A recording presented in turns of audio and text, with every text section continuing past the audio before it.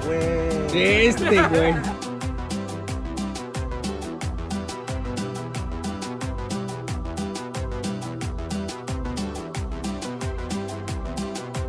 Come on, what you got, bro? What you got? Got a little bit of everything. A little bit of everything? What's up? The Bakugo, you know, on. Come on, let's go, bro. I got that Todoroki Woo! for you. I got all kinds of chases for you down here. You know, we got the Law. We got the Lud. There we go. We got Look at that. the Anime Killer. fans, this guy got you, bro. Look at all that. Look at all that.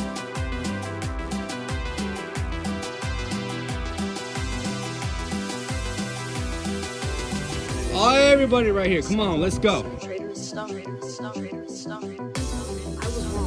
We got the chick with the badass skulls and everything. We got the homeboy over here fishing for Pokemon. All right, what's up? We got Kike over here. Beautiful stand. Oh, that Beetlejuice.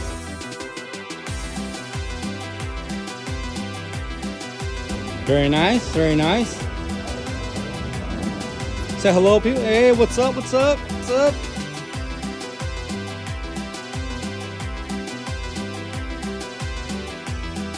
Yes. Beautiful Sanchez over here. Come on, man, they got so, man, look at all those sodas.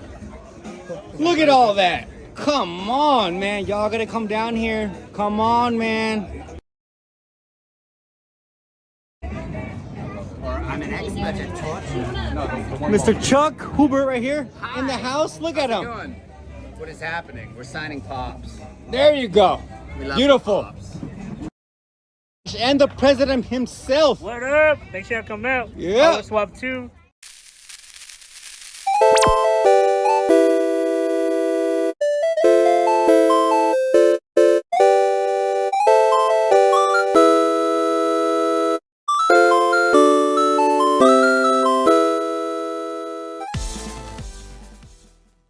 All right, welcome everybody to the Vendor Spotlight. I am your co-host, Jay Crispy. And your boy, King Spinny, right here. We are live. We are at the the Hallowswap. Sorry about that. Swapapalooza, boy. We are the Palooza Boys. We are the Palooza boys. Yes, we are live from the U-Rock Hallowswap. Yep, it's our second one, 2022. It's a great turnout so far. It is almost 7 p.m.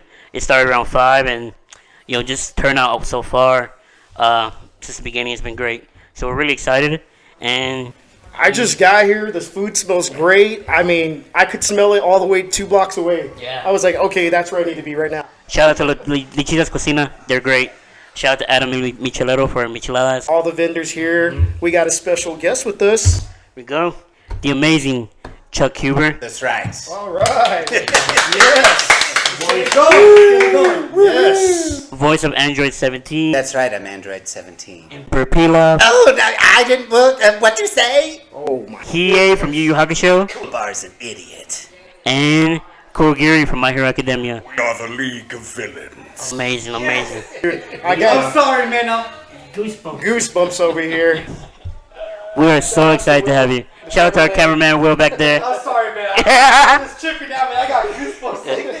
Let's go. Awesome. Yeah, that's dope. We are so excited to have you. We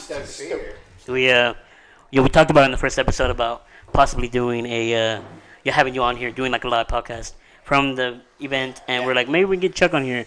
And I was like, you know what, I'll just send you an email, and you were down, so we're like, that's amazing. Always down. You're the boss, King Spinny. Appreciate that, man. Thank you so much. Yeah, that's awesome to hear. Let's take a moment to just acknowledge the drip right here.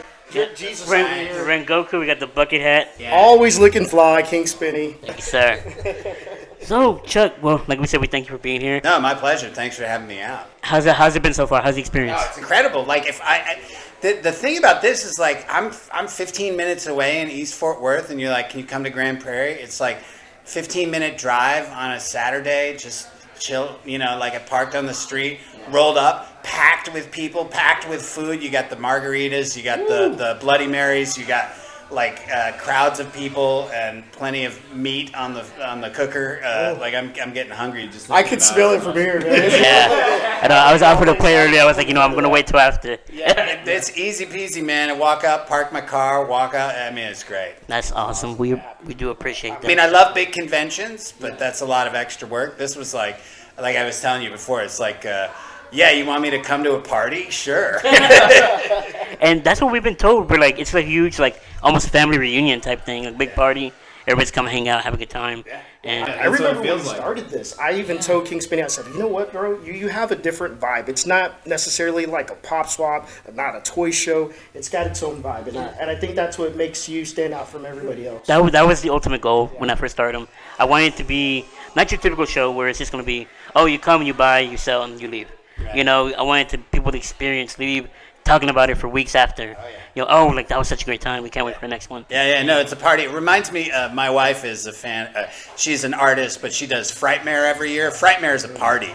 Yeah. And this feels like Frightmare. It feels like the same type of vibe. Well, we do appreciate that. So, I guess we're going into it. You've been a voice actor. Well, actor, big career, over 20 years, correct? Yeah, 20, 25, 30, 32 years now. Oh my God, I'm old.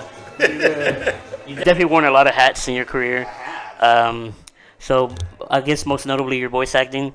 So how did you start that, going from like actor to voice actor to, I know you do plays as well. Yeah. On stage. Yeah. I started in Chicago. I went to the Goodman School of Drama at DePaul University, studied conservatory acting program there. So hardcore Shakespeare, sword fighting, the yoga, juggling, karate, clowning, like the whole deal. Yeah. And started on stage in Chicago. And then I moved to the Dallas-Fort Worth area and started a theater company. My buddy came into rehearsals. Brad Jackson, he was the original Oolong in DBZ, and he was like, hey man, you should go audition for this Dragon Balls thing. And I was like, Dragon Balls? That sounds like porn. And he was like, no, it's Japanese anime. And I was like, oh, so it's definitely porn. And he was like, no, he's like, close enough. And he gave me Chris Sabat's number. He's like, call this dude. And so I rang up Sabat, and he was like, yeah, man, you want to come audition? That'd be great, man. And so I rolled up to Funimation was in this bank building back in the day, just right over in North Richland Hills. Yeah. And walked in, and he was like, yeah. He was like, come on, man, you want to audition for this short alien dude? His name's Garlic Jr. And I was like, yeah, I'll audition for him. I was like, I'm going to push you into the dead zone. And he was like, oh, man. That was awesome. Yeah, that was super great.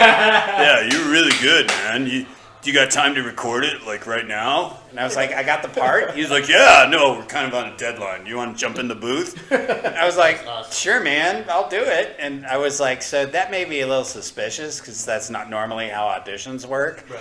But then they sent me a check, so I was like, all right, it's real. Game on.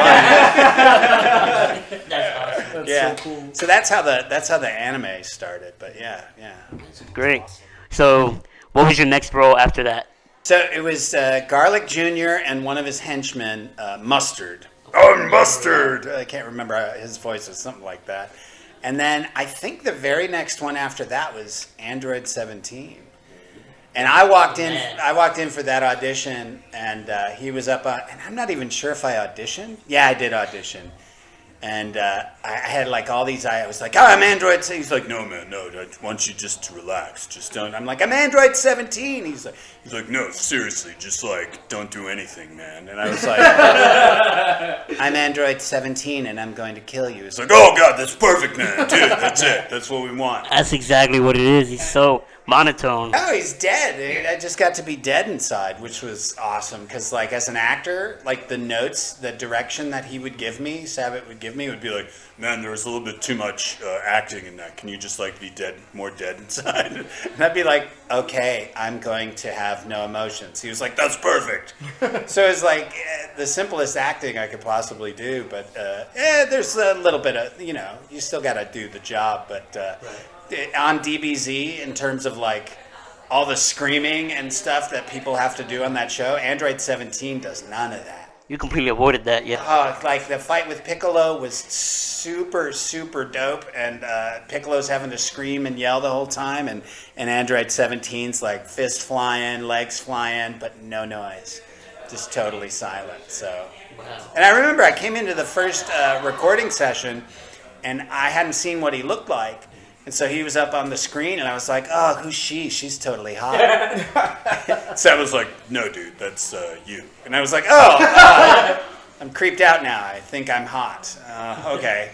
Well, just to jump in there, that Chris Sabat impersonation is on point. It was amazing. I feel like he was here. I was like, that definitely sounds like him. How long did it take you to perfect that? I don't know, man. I mean, I've been Chris Sabat for years. Dude, I hope he sees this. That's awesome. You know, just in case if he ever goes, Yeah. I can pick up where he left off. Yeah. That's awesome. No, knock on wood, he never goes. sorry We that don't want him to the overcast is foreshadowing y'all. I'm just a nerd. Sorry. Overcast. Yeah, sorry, overcast. I'm sorry. Oh, okay. I'm sorry. Going back to Garlic Jr., do you feel like that was a character that didn't get enough, Love? Yeah, love. He's a forgotten character in a way. He's a little forgotten. I'd like to see him. Maybe he should come back in some of the video games. Maybe Right. he'd be a fun character to drop in. Get like a little arc. Yeah. Or have him like surprisingly bust out of the dead zone at some point. Like, I don't know. Maybe this next incarnation of Super, he'll all the universes. I want to bring him back. Maybe he accidentally brings back Garlic Jr. or something. I don't know. What was it like getting that call, or just finding out that you're gonna be 17 again in Super so many years later Man, in an actual series? I got chills thinking about it. The first one I recorded, because he pops up first in Super, was Emperor Pilaf. Right, yeah. And I never thought I'd do Emperor Pilaf again. And they were like, "We've got some," and I was out of the loop. I didn't know there was Super. I didn't know there was anything. I got a bunch of kids and a whole family, and so I mostly keep my head down. And when they call me in to record, I record it. So I didn't know anything was coming up, and they're like, "We've got a session for you." I was like, "Oh, cool. Who? What am I doing?" And they're like, "Emperor Pilaf." I was like, "Emperor Pilaf? You've got to be." I was like, "Oh, that'll be great. I love it." And then I found out there was new, Dragon Ball. I'm like, "Super! This is awesome." And then and then 17 came back, and I was like, "Oh, holy shit!" Android 17 again, and they were like, "Yeah," and I'm like, "And now he's a good guy?" And they're like, "Yeah, he protects animals." And I was like, that is freaky, because for years I had said that if Android 17 comes back, he would come back as a crunchy hippie, like tree hugger. Yeah. And he totally did. He's like Yeah. saving the animals. And Has a whole reservation. I know. He's protected. I think they need to do a spin-off. That's what they need, is an Android 17 spin-off. I would love that. Just him and the island and fighting different poachers that, different threats that come every week. You get to meet his family, see how he raises his kids. I said to go to bed. So good. Android. Yeah. I'm just the guy behind the camera, but when Android 17 won the Super, Tournament of Power? yeah, how did you feel about that? Like, Well- he was the last one there, and he was just holding his arm. Yeah. And he said, like, you have the power, you have the wish to wish it back. How did you feel about that? Well, the first time it blew me away was when everybody thought he was dead. Spoilers. And like he was trending on Twitter, and there were all these videos of people like crying because he was gone, and I was like, that's wild, man. Like the whole world is like sick over my character. And then, because the Japanese was coming out first, and then fans were telling me, you win the whole thing, and I was like, what? I of course am that. And then I was like, no, of course Android 17 is the most powerful being in the universe.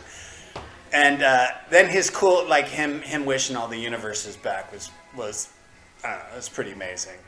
He deserved the boat too. So That's awesome. So what?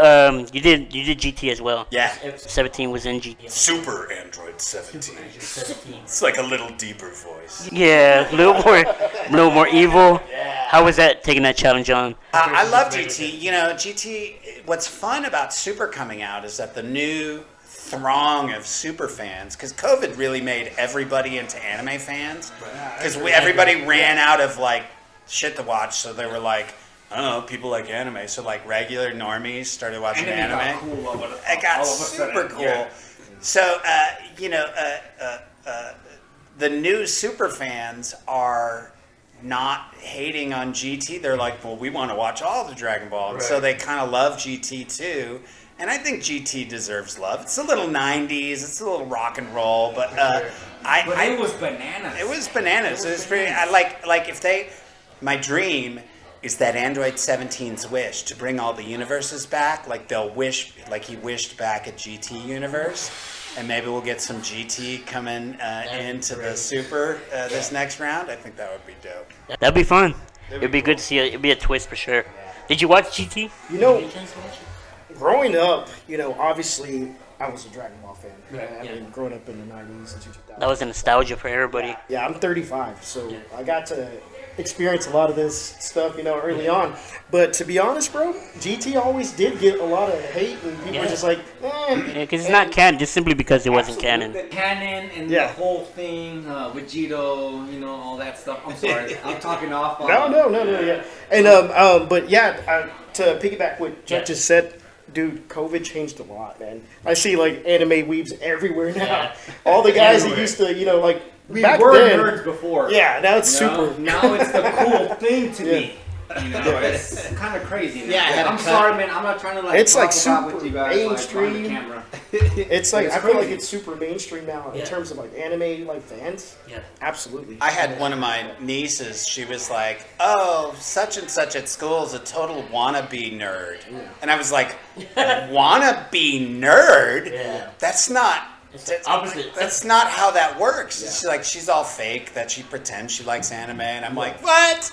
People are wannabe nerds? It's insane because I've told King Spinny this before, but I remember in middle school, the kids that would have like this type of print, DBZ, but the button-up ones, those, they would get made fun of sometimes. Oh, yeah. And now you go to these vintage swap meets where everything's, retro and vintage. Those same polos, those button-up. Those are worth money. Those are money. $250 plus. That's right. Yeah, That's right. all over crazy. I mean, I love it. I love it. So, going, discussing all your roles, what has been your most challenging one so far? The most challenging role, well, I like vocally, Emperor Pilaf is really hard, but we laugh so much when he's on screen that we sort of blow through it that way. But like all that stuff can get difficult. Shao Tucker from Full Metal Alchemist was challenging because he, in his Chimera form, he's only whispering, so it's hard to whisper with emotion. I hate you. I love you. It all kind of sounds the same. And also fans hate him, which is really fun for me. Android 13 was fun. I'm Trucker Android. Yeah, look at my trucker hat. He was a lot of fun, but none of they're all challenging. It's only when it's vocally difficult that it becomes hard. Kululu from Sergeant Frog, he's way up there. So those become difficult. Or if you are like Vegeta or Goku and you have to do those super screams, those are bloody difficult. I would tear my throat.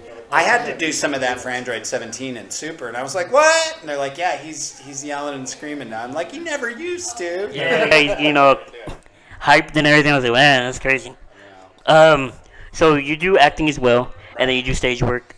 So what's the difference between the three? You would say, or all those, different. So the stage work is my favorite. It's the most pretend because for instance, I did a 90-minute show that was a two-person show, me and one other actress. And you start the play, and then you're in the world for 90 minutes straight in front of the audience. So that's the most fulfilling and satisfying. You're really entering into the world. Film work, when you're doing the master shot, you get to feel what it feels like to live in that world. And then they start cutting it up, and they're doing two shots and close-ups and turnarounds and pickups and B-roll, and that you have to kind of technique your way through that, make sure you're still present every time. But and that once you get to that portion of the film work, it's very similar to doing anime dub work, because anime dub work, they'll let you roll for maybe 3 or 4 lines, but that's about it. And then you got to go back and tweak anything, and you don't necessarily have a partner you're acting off of. You've heard what the Japanese sounds like, so you kind of know what you're acting off of. But it's really, kind of like film work in that way, that you have to kind of imagine what's happening in front of you and sell it. Luckily, we have, the artistry, the real art of anime, which is the drawing and the stories. We get to ride on it like surfers, magic, 3-dimensional versions of the characters that people love. So we get blessed with that. But we get to see the world. To be a good anime actor, you have to see the world and sort of throw yourself into the visuals so that you can believe you're in that moment on the screen and then act it. That's probably the difference between anime acting. There's a little bit of like when you're matching the flaps and stuff. Right. It's a little bit like dancing. You gotta like hit your marks and make sure it fits. So that's a technique, and it can be challenging. We've had some really, really incredible actors come through Funimation who couldn't do anime dub acting because it can be frustrating creatively because you have to make it fit because the fans expect it to look like it matches the mouth flaps. So. The hardcore anime fans, they pay attention to everything. Yeah, I never thought about that, but that makes so much sense. Just having to, kind of like switch it up and accommodate to your character. And, I can only imagine how difficult that and challenging that can be. Yeah, it can be. Not everybody can do it. For a long, especially after a long session, and you'll get a particularly difficult, rhythm of flaps, and you're like, I don't know how to make that work. And then you work together with the director and the engineer, and everybody kind of figures out how to make it work for you. So your brain will fry, and you're like, I can't do it, and then everybody kind of muscles up, and you get it done. But yeah, and then the engineer will like, I can scoot this, I'll shove it that way. Oh, we got it to fit, and you're like, oh, thank you, brilliant engineer. I heard back then it used to be like worse, like with the flaps, because it used to be like on prints, right? Like on, or how was it? Yeah, well, on the 1/2-inch tape. So like every recording took. So you'd gear up to do a couple lines, but then to go back and do it again, they had to remember the rhythm of it, and then you were ready to do it again. So nowadays with digital, you can do it over and over again really quick, but it used to take way longer back in the day. Yeah, but the technology now, I think, has probably made it much easier to do. Yeah. Technology makes it a lot better. Was that transition kind of like, how was that, like going from like what you used to were experiencing to like all the technology now where it's made it so much easier? What's funny is they were slow to adopt it. I was like, why aren't we using QuickTime files? Like, why are we still on 1/4-inch or whatever? And then when they finally did make the switch they made it kind of all at once to off of tape and onto digital, and then they also added a second screen, so we were no longer using paper scripts, because we used to have paper scripts in the booth.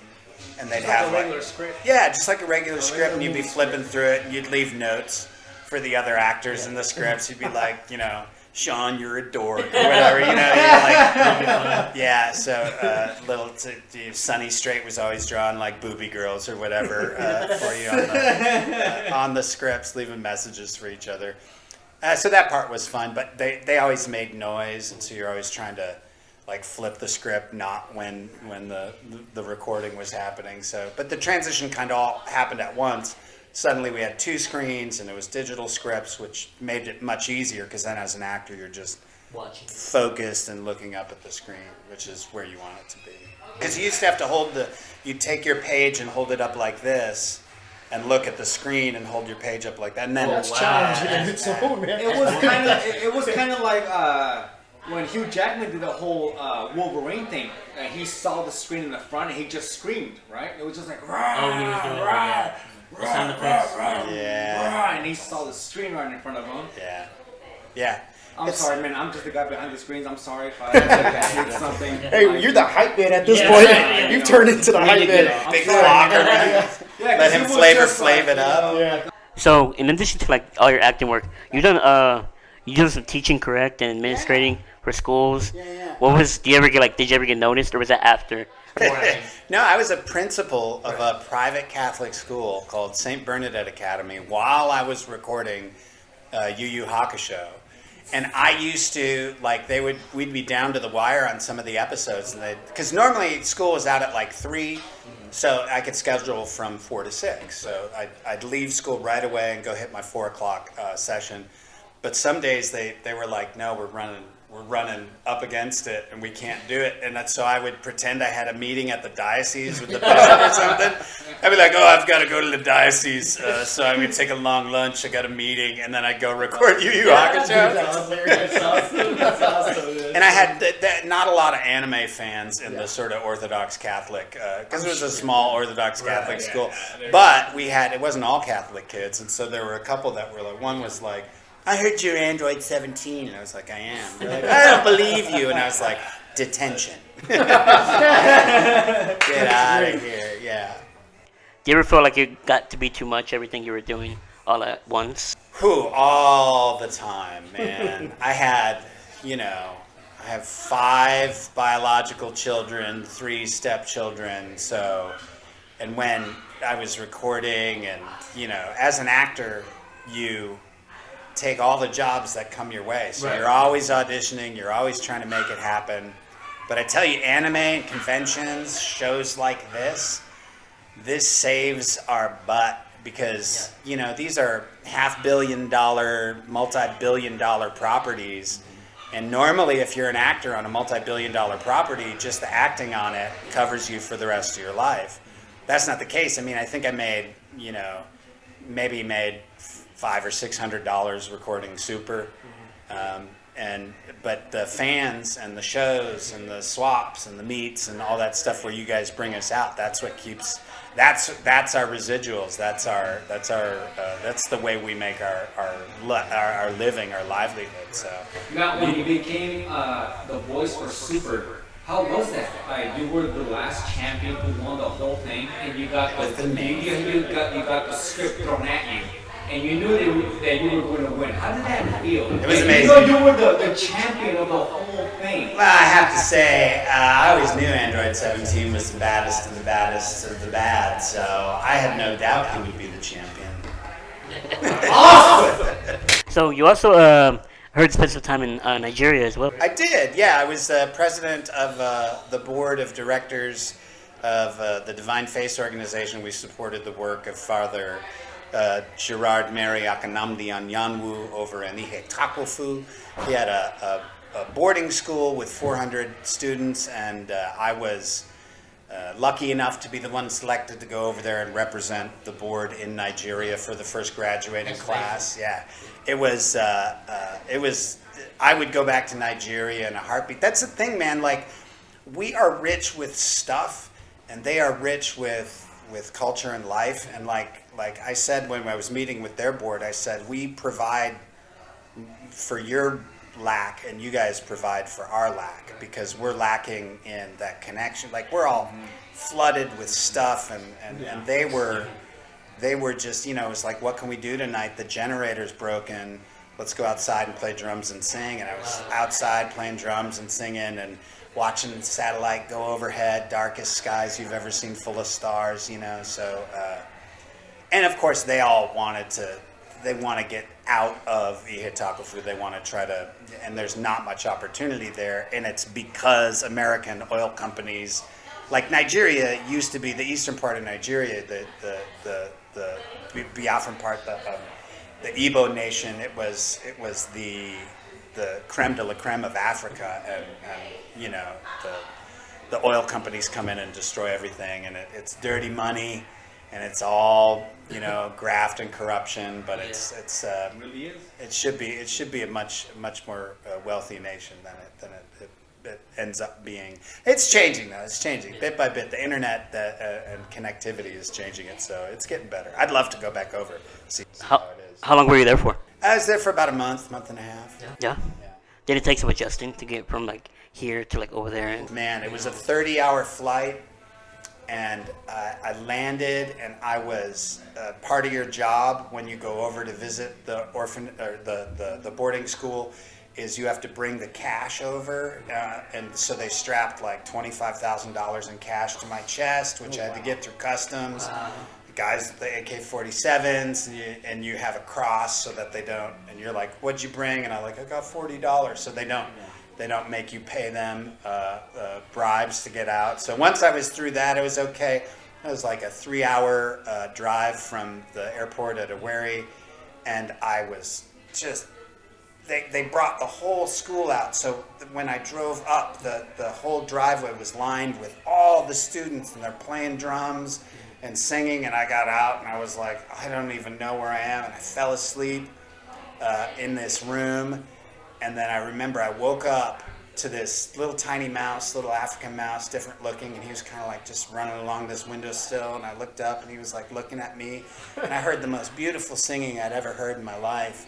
And it was mass. They were doing their daily mass. And I woke up, I was like, I gotta go to mass. And I like threw clothes on, and I walked in through the wrong door into the chapel. And so everybody's looking at me, and I'm kind of buttoned weird. And I was like, where do I sit? And I sat down, I joined, and it's kind of wiping the sleep out of my eyes. So it took me a while to adjust to it, and then I loved it. I wanted to live. You get sucked into it. You're like, I want to live here.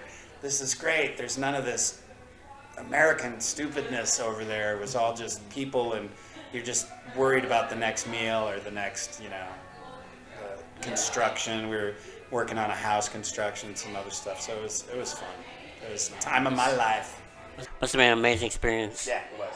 Definitely something that I won't mind doing eventually one day. Oh yeah.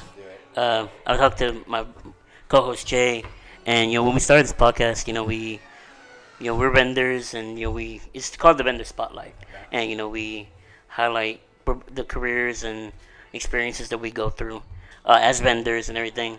And one thing we always try to do is give back.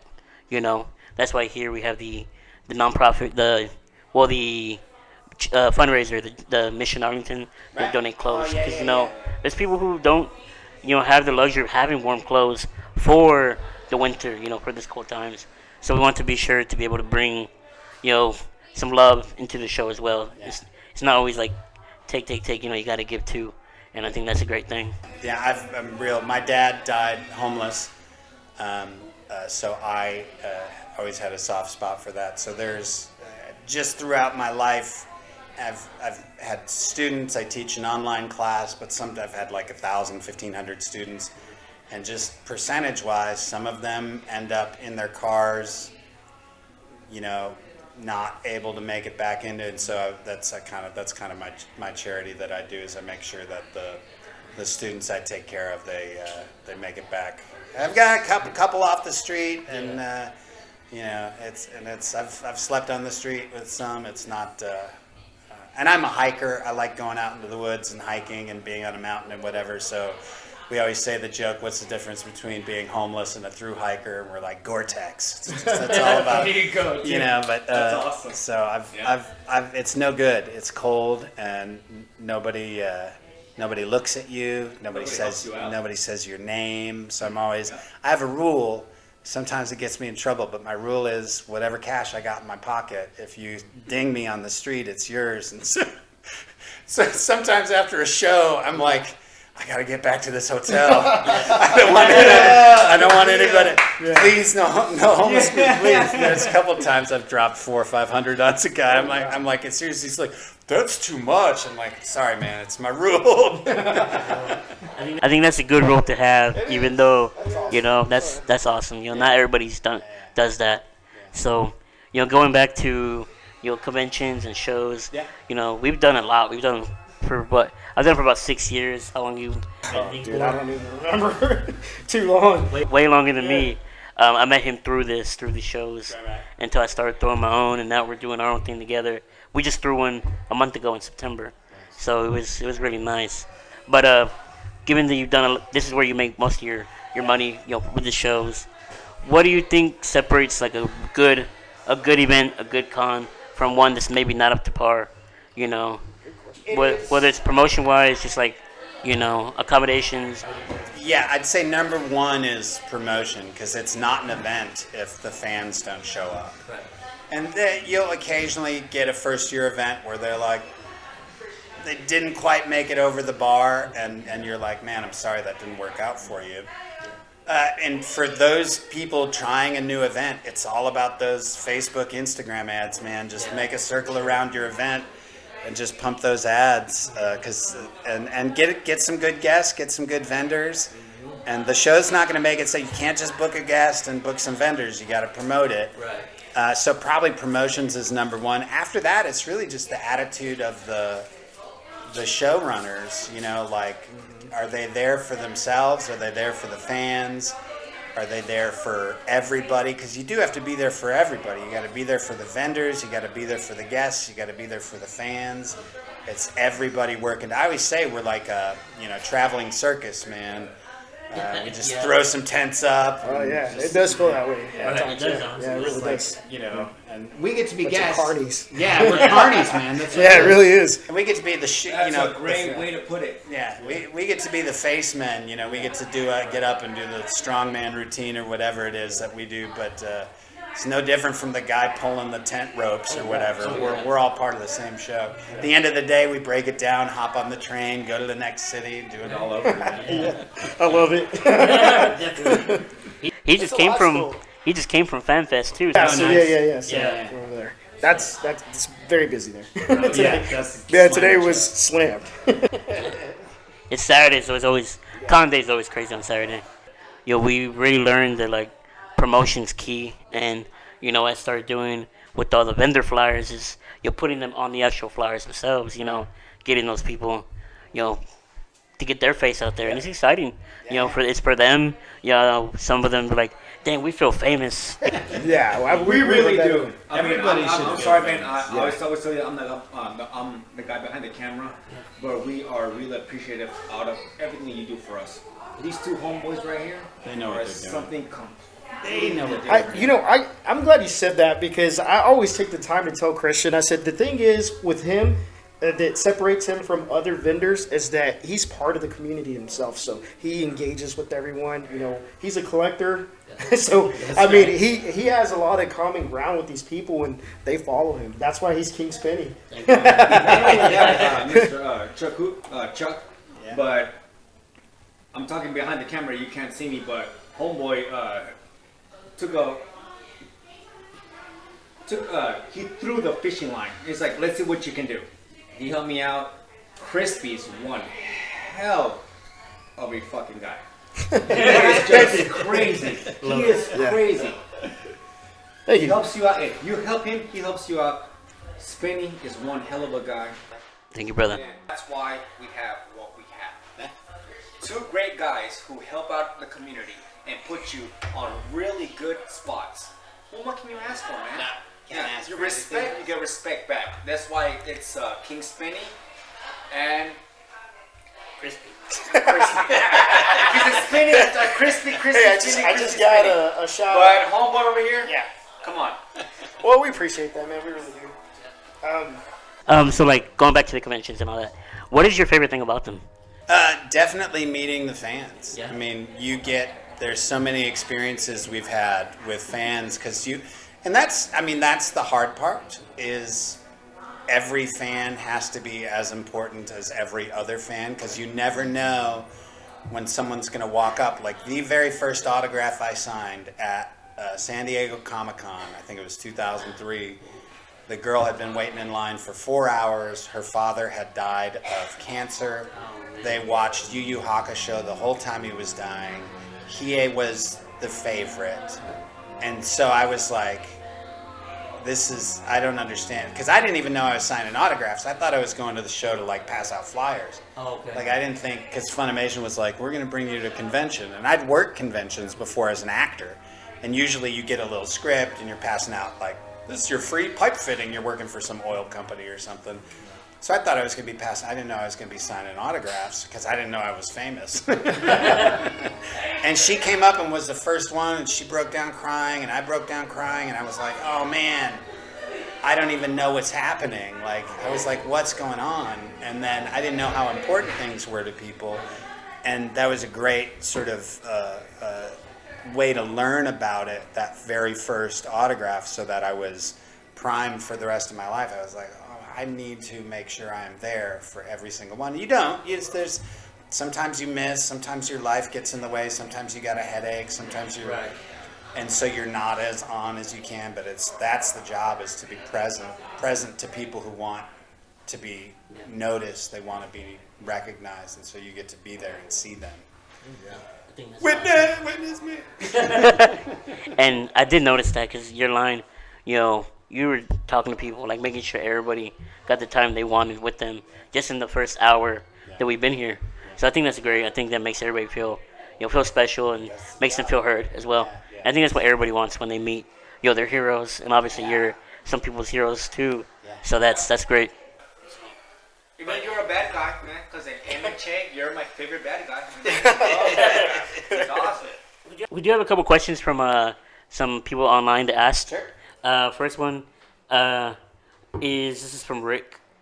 He said, of all your iconic roles, what's been the funnest? Like, Probably, I'd said it earlier, but Emperor Pilaf, we always laugh so much when we're recording Pilaf because he's just ridiculous. And the noises, it's usually in the reactions. Yes, it is.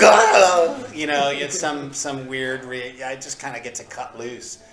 So he's a lot of fun. But Shin-Chan, recording Shin-Chan, I played Hiro Nahara in Shin-Chan. And that show is crazy. And we laughed more than anything recording that show. There were a lot of times we got to kind of improv lines and figure out what we wanted to say. So that was a lot of fun too. one from Rick. He's our friend, mutual friend as well. He'll be here probably later.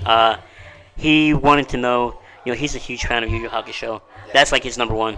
And he wanted to know, like, what was it like working with the cast, with Chris Sabat, everybody else.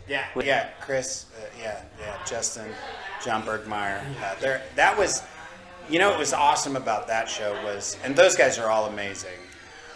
What's awesome about Yu Yu Hakusho is the second big property that Funimation got, and everybody wanted this. We'd made it to this next property, and everybody wanted a lead role in it. And I auditioned, and Hiei doesn't come into like episode 8 or episode 5, I can't remember. So they recorded in 4-episode blocks, and I didn't get called for the first round of recording. And I was like, I didn't get cast. I was hoping I'd get cast. And then the second month came around, and they were recording the second round, and they called me, and they're like, "You're Hiei," and I was like, "Yes, I'm Hiei. I get to be in it." And I actually think I wanted like Yusuke or Kuwabara. I think I was looking at those. I don't think, I auditioned for all 4 of them, but I think Yusuke or Kurama. And I ended up with Hiei, but I wasn't going to complain at that point. I was like, I'm just happy I'm in it. I was relieved. But yeah, all those actors are amazing. What do you think got you into, voice acting and just acting in general? I was a little kid, and my brothers and I, and this is back when, when I grew up, there was only, there was like maybe an hour and a half of shows for kids in the morning. And then there was maybe an hour and a half of shows for kids in the afternoon. And then there was like 3 hours of shows in the morning on like 6 to 10, 6 to 11. So maybe 4 or 5 hours. Saturday was the big...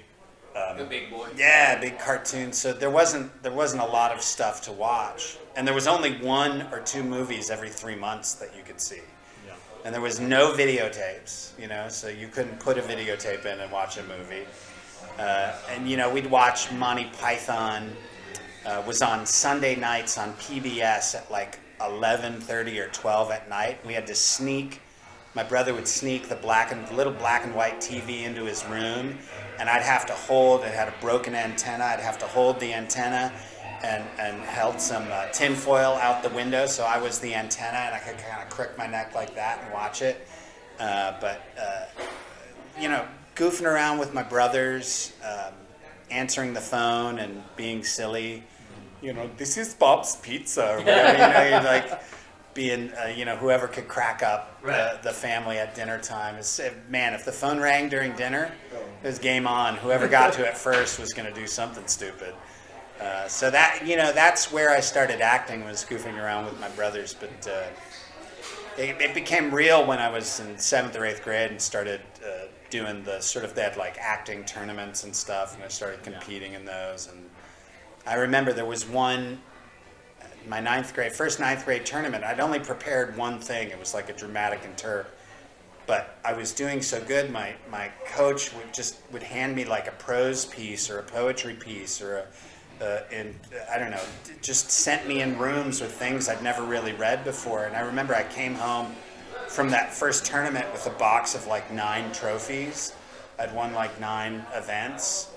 And I remember my parents I came in with a box of trophies and they were like, "What's that?" I'm like, "Well, I won some stuff." You know, No big deal. and I remember they were kind of like, I have a few trophies. they were like, "What?" And then it was like 2 weeks, and then I had another tournament, and I came home with another box of trophies, and they were like, "Oh, you must be good at this." I was like, "Yeah, I must be pretty good at it." So that's when they started seeing it as like maybe a thing he really wants to do. So I think that's awesome having those experiences to look back on, like, yeah, this is what started me and got me here, and here we are now. yeah, That's so great. super lucky, super blessed. Any dream roles that you wish you still, hope to accomplish? I am writing a one-man show about Nikola Tesla right now, and it is scary enough to me because it's more than Nikola Tesla. It's a couple of 3 or 4 different characters, and he sort of calls them out of the spirit world by attaching their skulls to this device he's made.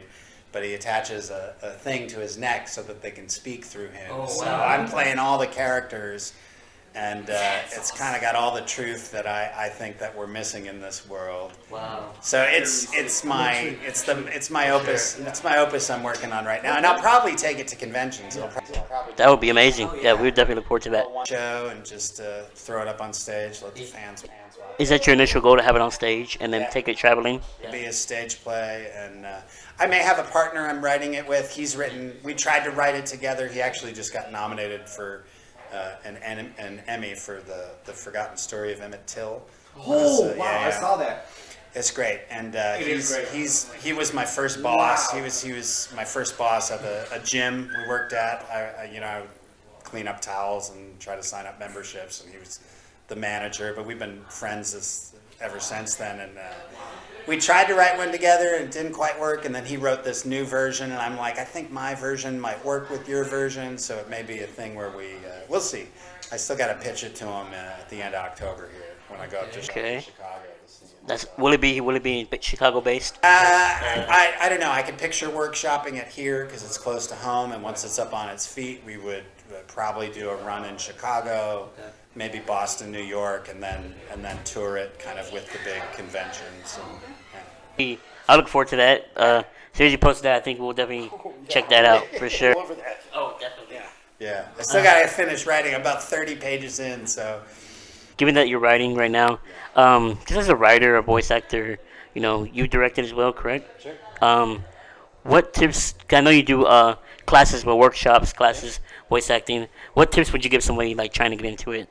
Trying to be a voice actor, writer. Particularly for voice acting and anime, come to Dallas-Fort Worth and be the best actor you can be.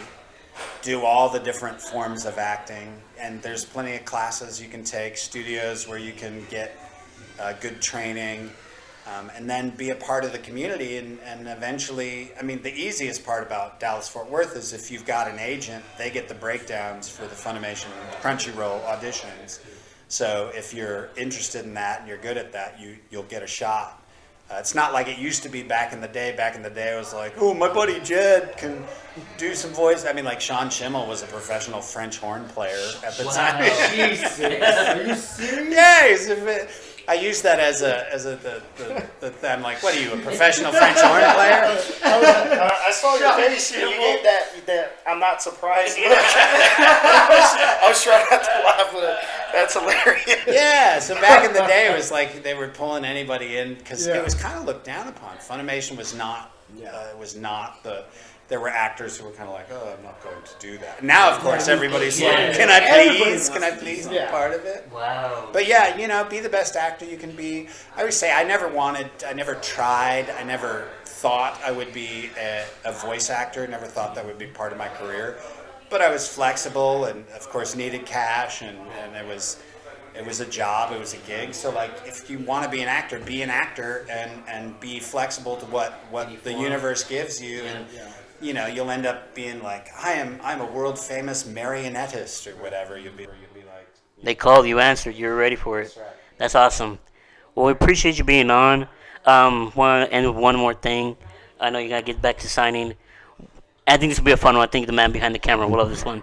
What would a conversation between Pilaf, Android 17, and Hiei sound like? Ow! I'm so glad you guys are here. I hope you don't kill me.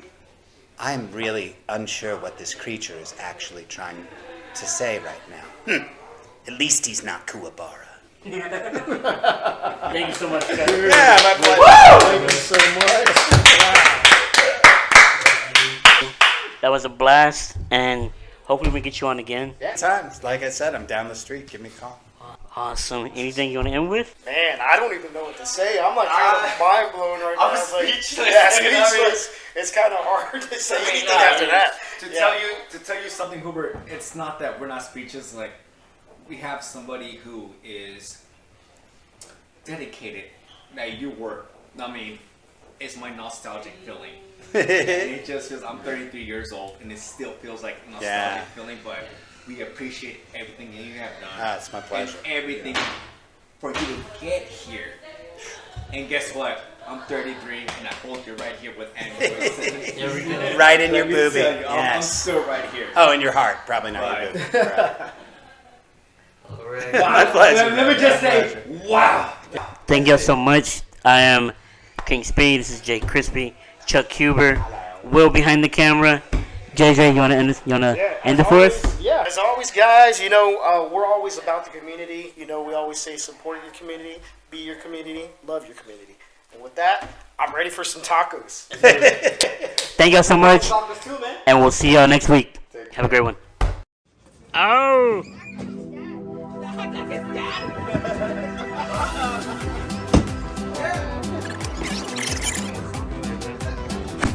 Oh!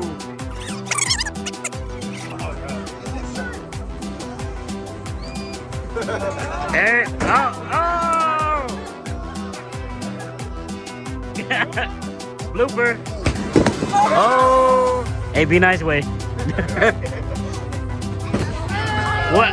Come on. Let's go.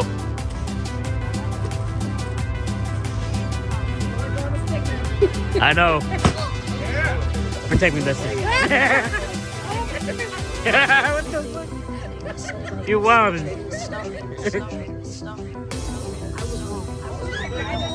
Hold that stick. Damn.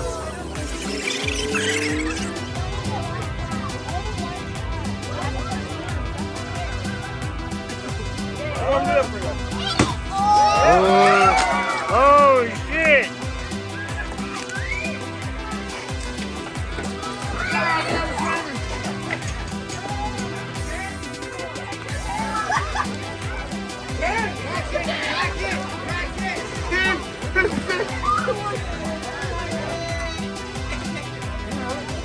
I got nothing.